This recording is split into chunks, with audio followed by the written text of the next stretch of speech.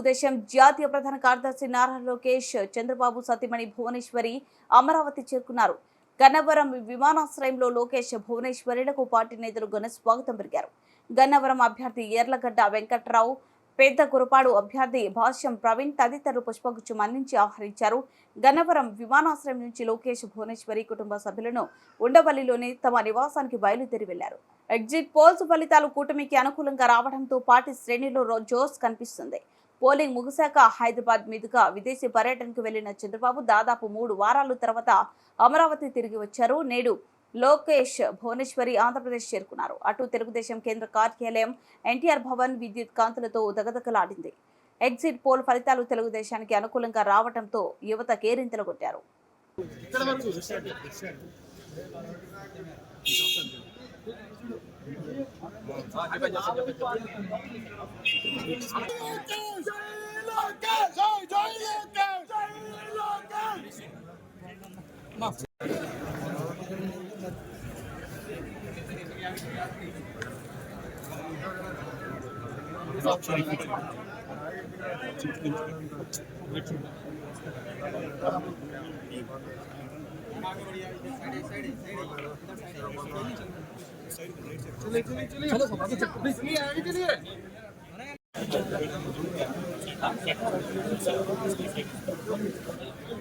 गाड़ी के सामने साइड